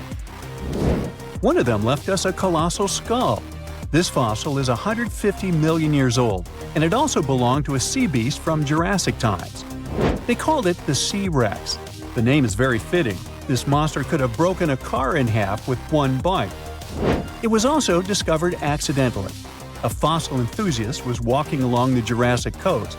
This place is famous for having tons of ancient fossils, all because of the erosion in stormy weather. Typically, people find small spiral fossils here. However, this time, he discovered a giant sea monster fossil. Excited, he contacted scientists. They arrived at the spot right away and then had to carefully climb down a cliff to search for the rest of the skull. This fragment alone is 6.5 feet long. Turns out it's a newly discovered species of pliosaurs, giant predators of the ancient seas. Pliosaurs were among the largest marine predators ever. Some of them grew up to 40 feet long. They used their huge teeth to snatch and devour prey, including other reptiles. Well, at least those creatures are far gone. But what about the horrors that still live in our oceans? Recently, biologists discovered the world's longest animal, the one that's still alive to this day. They found it off Australia's coast, on the Gascoyne coast, a very mysterious and unexplored place. There, underwater vehicles stumbled upon a frightening 150-foot-long siphonophore. That's twice as long as many blue whales and 3 times as long as a humpback whale. Doesn't it kind of look like one of those toy string worms? But this creature isn't friendly at all. It's a string-like deep-sea predator. What's even more scary is that this isn't actually one creature. It's a colony of small clones working together as one. Basically, collective consciousness. Ooh, Borg. Together, they stretch out like a single long string in the water. This creature might be the longest siphonophore ever found, and it was discovered at a depth of around 2,000 feet. Siphonophores, similar to jellyfish, capture their prey by dangling stinging tentacles in the water. When their tentacles touch small crustaceans and fish, they get paralyzed, and then they're reeled up to the colony's body. Expeditions to Western Australia's underwater canyons were definitely worth it. Together with that siphonophore, scientists have discovered up to 30 potential new marine species. Among them were a new octopus or squid, a long-tailed sea cucumber, glass sponges, and giant hyroids, colonies of animals resembling upside-down jellyfish. None of them have been seen before in Australia, but most of them weren't as scary as the one that was recently discovered in the Gulf of Mexico. This creature is straight out of a sci-fi thriller, a 26-foot-long manga pinna squid or bigfin squid. It was discovered near an offshore oil rig at a depth of more than 7,800 feet. It has incredibly long elastic tentacles, which can be 15 to 20 times longer than its body. It holds them at right angles to its body, making it look even creepier, almost as if it has elbows. And yes, it's another deep-sea predator. These 10 tentacles probably help the squid trap their prey and drag it onto the seafloor. We barely know anything about this extraterrestrial-looking creature because they're very hard to find and study. And if you think their tentacles are awful, just check out these creatures with 20 arms. This thing looks like a facehugger. This new species is lurking in the frozen depths of Antarctica. Experts were searching for cryptic sea animals known as Promachocrinus, or Antarctic feather stars. They're kind of similar to starfish and sea cucumbers, but have an otherworldly appearance and can live up to 6,500 feet below the surface. It's called the Antarctic strawberry feather star. Despite its pretty name, its appearance is anything but cute. It has a bizarre strawberry-like body from which 20 spindly arms branch off. Its coloring ranges from purple to dark reddish, and the arms all have different lengths and thickness. Who knows how many more of such scary creatures we'll discover in the future? Most of the ocean is still shrouded in mystery, whether we're talking about dark corners or creatures that are hiding in the depths. But sometimes it gives us a peek into scary things it hides in its cold, dark depths. Like when you hear on the news that there are some deep-sea creatures washed ashore after a powerful storm once again. Some just look weird, while others are real monsters that live at depths of more than 3,300 feet. The coldest and deepest parts of the ocean have created one specific phenomenon called gigantism. So, sea spiders, squids, worms, and many other animals, mostly invertebrates, or creatures without backbones, they're all way bigger and scarier than the versions we see in the more shallow areas. In the Pacific depths, you can see a sea sponge as large as a minivan.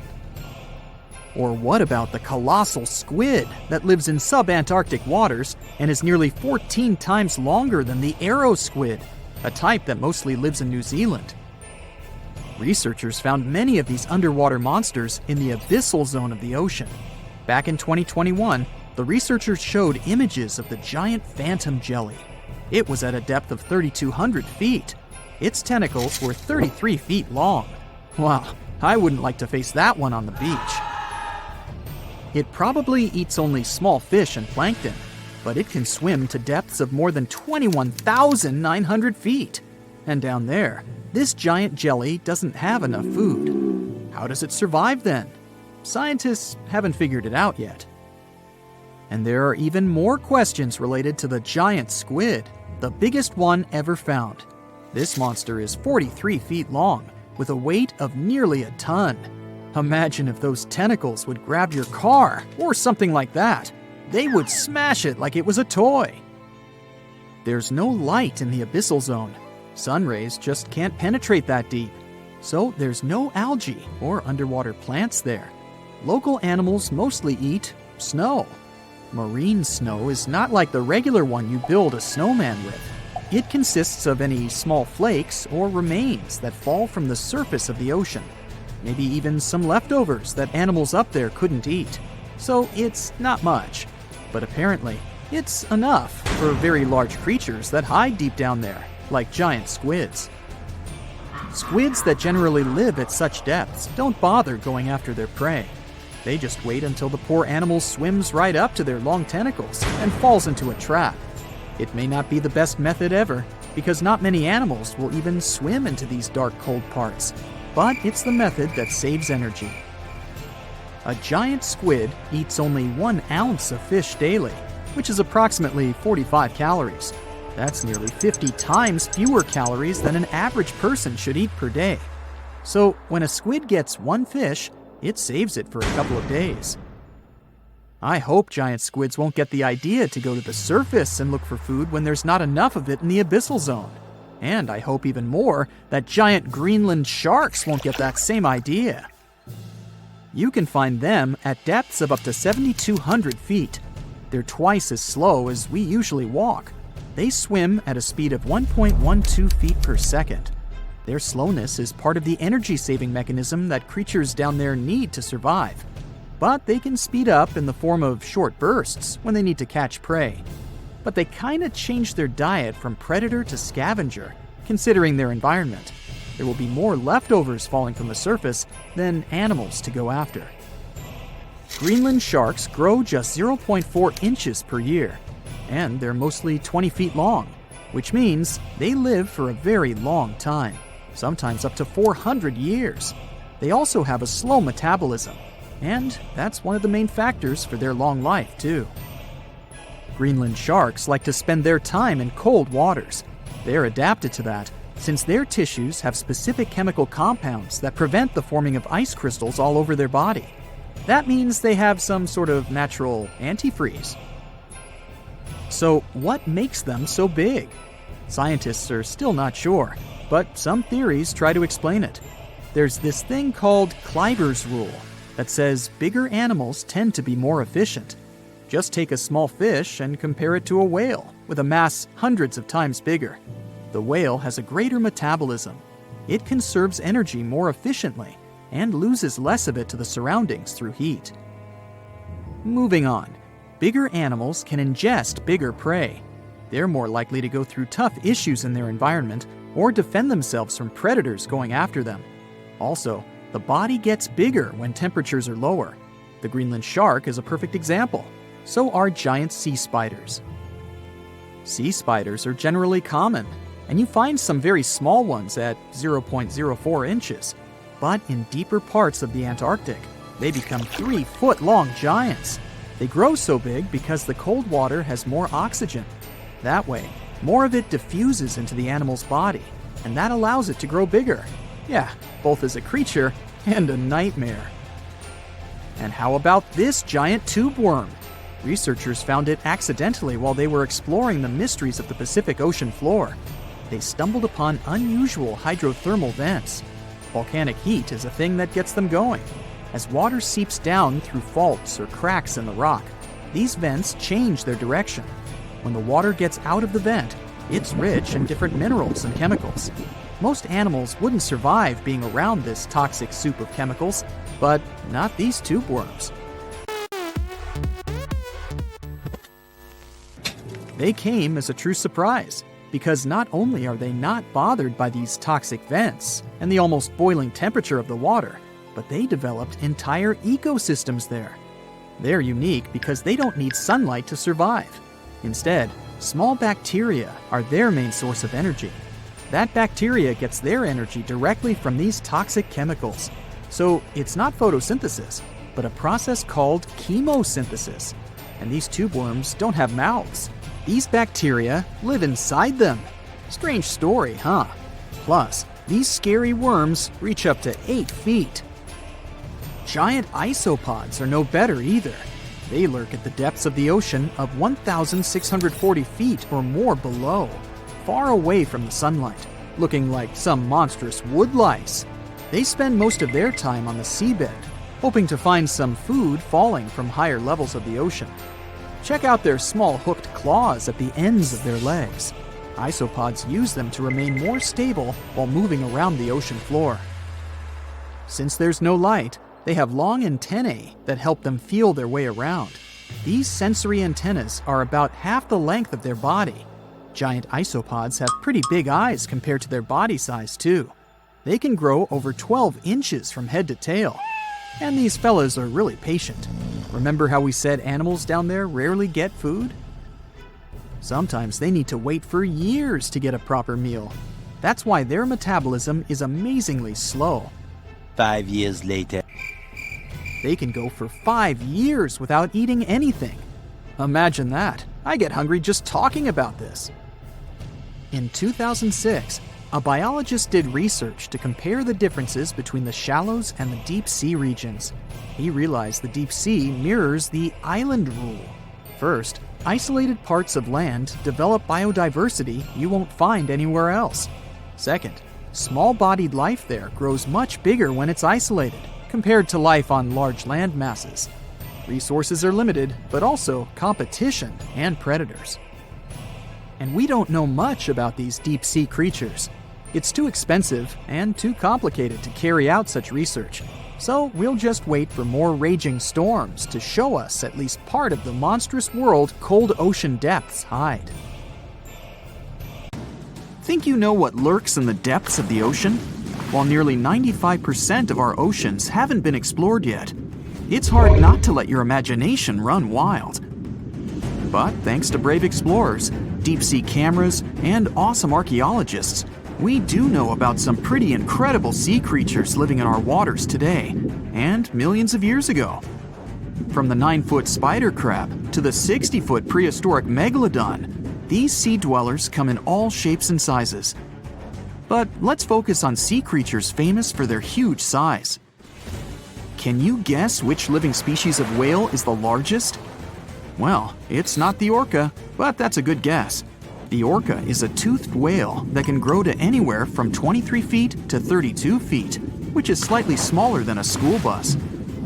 How about the narwhal? Nope, they're not the biggest either. These unicorns of the sea live mainly in Arctic waters and only grow 13 feet to 20 feet in length, and that's including their 9-foot tusk. Tired of guessing? Okay, I give in. The largest whale that still exists today is the blue whale.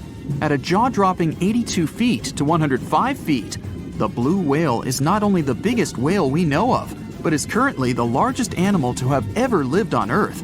Seriously. These animals are bigger than a T-Rex, and even the prehistoric megalodon. If you were to put a blue whale next to a school bus, it would look like it could swallow it. Think about that. According to National Geographic, a blue whale's tongue can weigh the same as an elephant. And their hearts can weigh as much as a car. That doesn't even sound possible.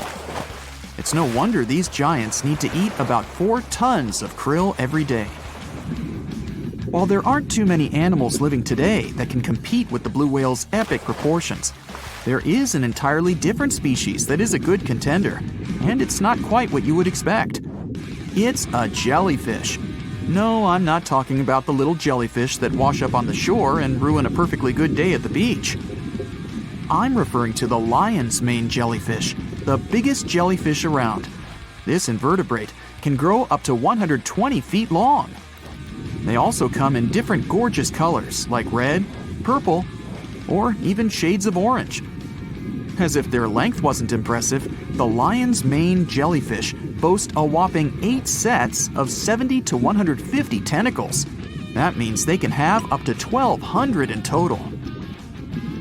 And here's the giant oceanic manta ray, the largest type of ray in the world.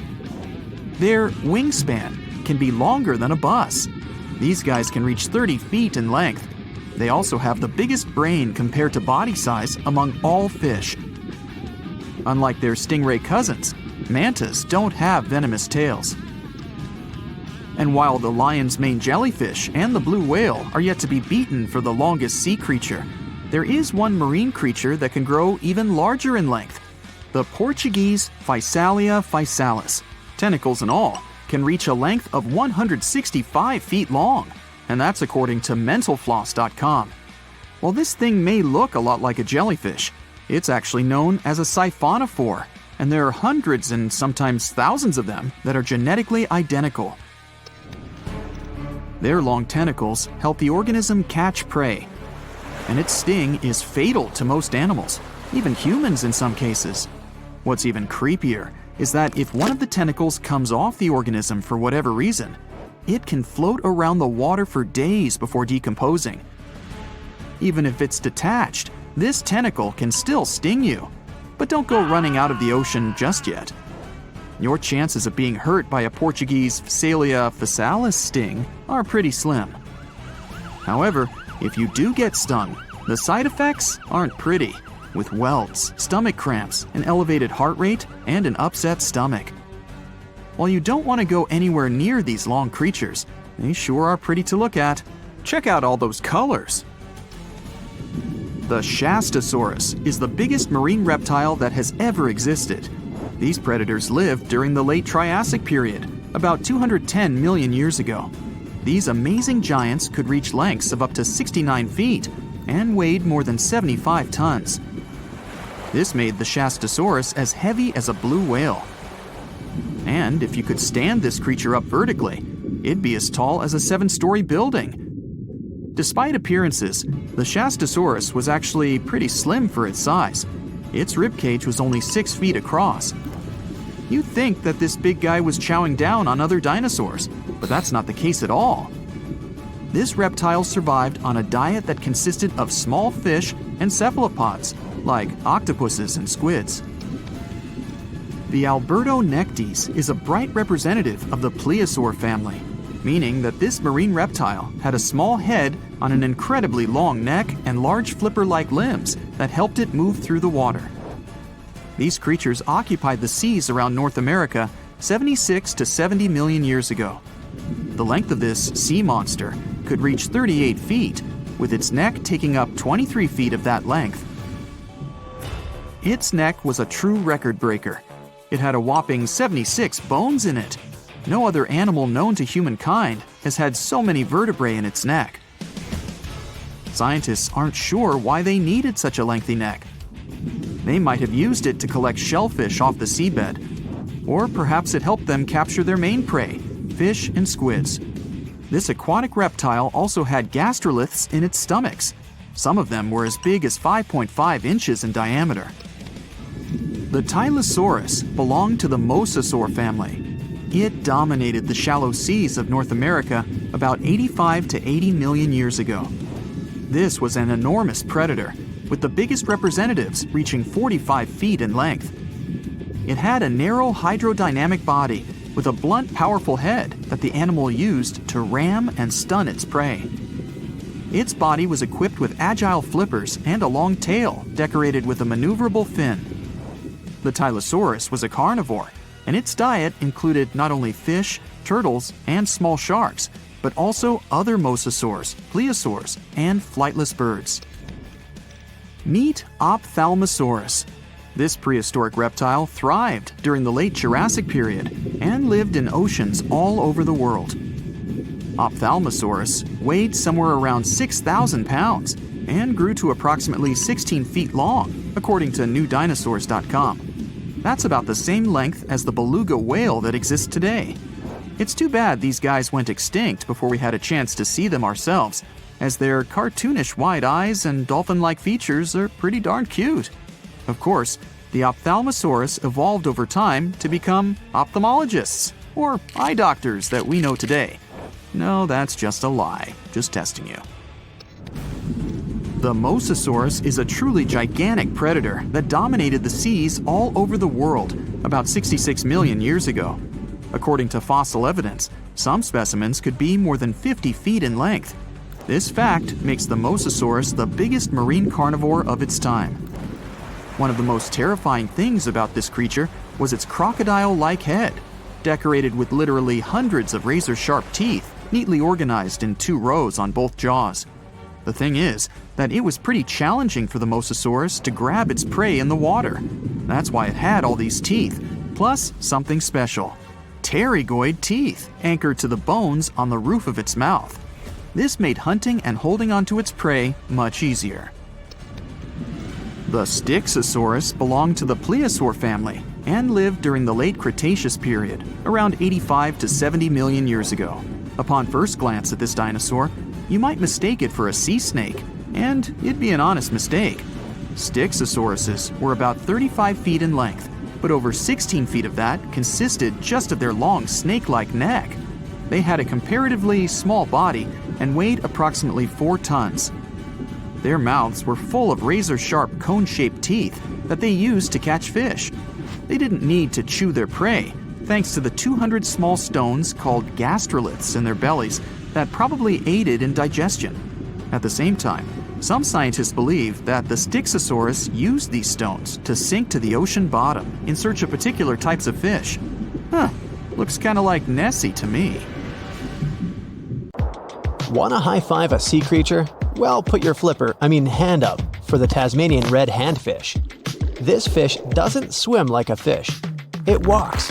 It uses its flipper-like hands to stroll around on the ocean floor. These bottom walkers are disturbed by swimmers and boats a lot. Some people even want to take them home as pets. I think it's better to just give them a wave and swim on by. The vampire squid. Its species name is Vampiroteuthis infernalis, which translates to vampire squid from hell. Oh yes, this vampire squid means to terrify everyone with its name, its dark red color, its spikes at the bottom, and the scary fact that it can basically turn itself inside out. The vampire squid loves putting on a good show, but it's as harmless as a kitten is to humans. It's as if Dracula scared the pants off you, but he didn't have blood-sucking fangs. The vampire squid feeds on food particles from plants and animal matter floating near the ocean's surface. Since they're not predators, they need good defensive strategies, and their vampiric look is designed to ward off large creatures who want to eat them. Turning themselves inside out is a defensive mechanism since the spiky areas in the inner skin are more intimidating. They also shoot out a substance that does not have color but is packed with bioluminescent particles to distract predators. The vaquita. Going out on a boat off the coast of Mexico sounds like the perfect vacation. The sun, the blue water, the most endangered sea creature. Wait, what? The vaquita isn't dangerous, but don't expect it to stick around to say hello or sign any autographs. It's incredibly shy. This little cow, that's what it means in Spanish, is one tiny sea mammal. With those black markings around its eyes, it looks more like a sea panda to me. Seeing one should make you feel very special. They're on the brink of extinction, mostly because they get caught by accident in fishing nets. It's estimated that there's only 10 left in the wild. The blue dragon. This little creature looks like something out of a kid's fantasy movie. It's called the blue glaucus, casually referred to as the blue dragon or blue angel. It can be found in many places, the Atlantic, Pacific, and Indian Oceans. It's kind of a mollusk and it only grows to be about an inch long. What you think is the back is actually the mollusk's bright underbelly. It regularly floats on its back so that its blue colors help it camouflage with the water's waves. The blue dragon isn't just pretty, it's also smart. It usually feasts on Portuguese man-o'-wars, also known as Physalia physalis. The blue dragon stores their stinging cells for later use, in essence, stealing their defensive mechanisms. When the blue dragon is threatened, it releases those stinging cells it stored, directing them at an enemy to sting them with more power than the Portuguese man-o'-war would have been capable of. As they can store a huge amount of stinging cells, they can be a threat to humans. So, if you find one, don't pick it up. It's best to admire it from a distance. The barrel-eye fish. If you ever wanted to have Superman's X-ray vision, looking at the barrel-eye fish will make you feel like you gained that superpower at some point in your life without even realizing it. The barrel eye has a transparent head, so you can see how their eyes and brain look inside. This magnificent creature lives in the deep sea. This is the lowest level of the ocean, where strange creatures roam in near-freezing temperatures and constant darkness. They're exposed to water's pressure that's almost 1,000 times that of the surface.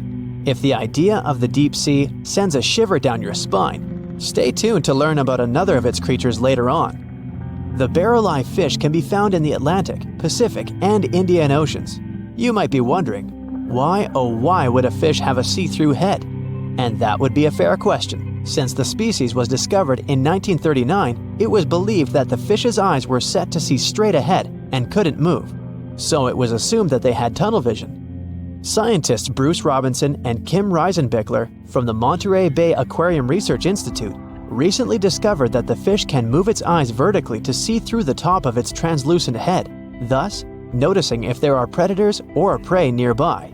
The transparent head also allows more light to enter so they can detect prey better. It's believed that the barrel-eye fish eats jellyfish and small fish species.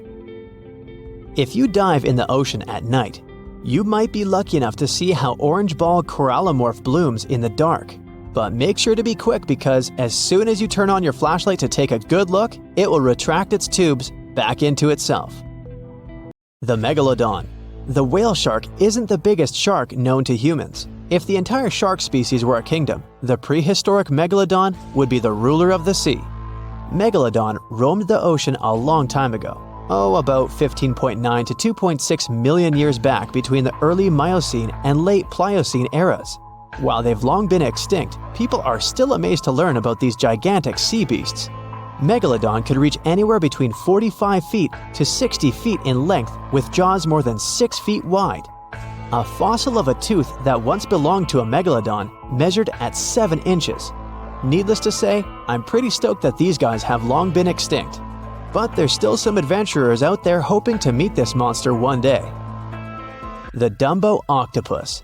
This adorable creature, or creepy creature, or however you want to see it, is officially called Grimpoteuthis. More casually, it's referred to as the Dumbo octopus, named after the Disney character. Though Dumbo, the elephant, not the octopus, was teased for his big ears, it's highly unlikely that this adorable octopus gets teased by its water neighbors. They are the deepest living octopuses living in the deep sea, and you know how scary that place is. They're only about 8 inches tall and spend their days hovering just above the seafloor eating snails, worms, and other food they find in the current or near ocean vents. There are nearly 17 species of Dumbo octopus, and they all have differences in height, color, and body parts. If you can't get enough strange animals, you'll be glad to learn that the deep sea has barely been explored by humans. So, keep an eye out. There are bound to be more fascinating animals discovered in the deep in the future. The sea angel. These creatures might look and sound pretty cute, but their diet is far from sunshine and lollipops. Their favorite food are sea butterflies. They lay mucus traps for them and wait in ambush. The squat anemone shrimp. This shrimp is tiny, only 0.5 inches. It's also known as a dancer shrimp because of its peculiar behavior. When agitated, it raises its bottom above its head and does a little dance. Divers also say it readily jumps on their hands and cleans them. The coconut crab. This guy may look pretty creepy, especially when the sun goes down. Mature coconut crabs are around 3 feet in length. Their preferred foods are coconuts, but they can also hunt down lizards and even large birds. The slender snipe eel. Slender snipe eel is a slim and long creature that's still a mystery for marine scientists. It's 4 feet long and it has at least 750 bones in its spine, which is much more than any other animal in the world. The sea pen. Sea pen is 7 feet long and it has a lot of varieties, but most of them look indeed like a pen or a quill. The similarity is even more striking when the animal has a water-filled bulb that anchors it to the floor. The Persian carpet flatworm. This creature looks indeed like a carpet, despite being very small by comparison. It's only 4 inches long, able to become both male and female. It doesn't really mate with other flatworms. Rather, it fights them for the right to bear posterity. The flamingo-tongued sea snails. Tourists love these extraordinary snails for their pretty colors, thinking it's a shell, but in fact, the shell is quite dull and hidden underneath colorful soft tissues. They eat softer, toxic parts of corals and store their toxins to protect themselves.